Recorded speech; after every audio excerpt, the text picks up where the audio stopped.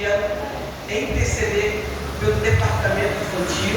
Nós também vamos interceder pelo departamento infantil, que é uma responsabilidade muito grande. Olha, a igreja está assim, porque tem 2 irmãos ali trabalhando ali na igreja. Então toda a igreja vai dar o suporte, o pastor Cristiano, toda a igreja vai estar sempre dando o melhor suporte que a gente puder dar lá para eles, né? Porque afinal de contas, se eles não estiverem trabalhando lá dentro, a gente não tem como entender a palavra aqui no templo.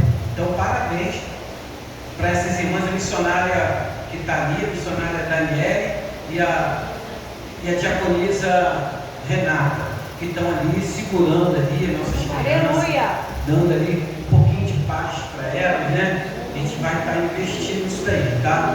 Sempre, a gente vai estar sempre dando esse suporte para elas. Eu vou estar falando sobre isso, desculpa, para a gente entender que se está fluindo aqui dentro, tem alguém pagando o preço do outro lado. É sempre assim, alguém tem que pagar o preço.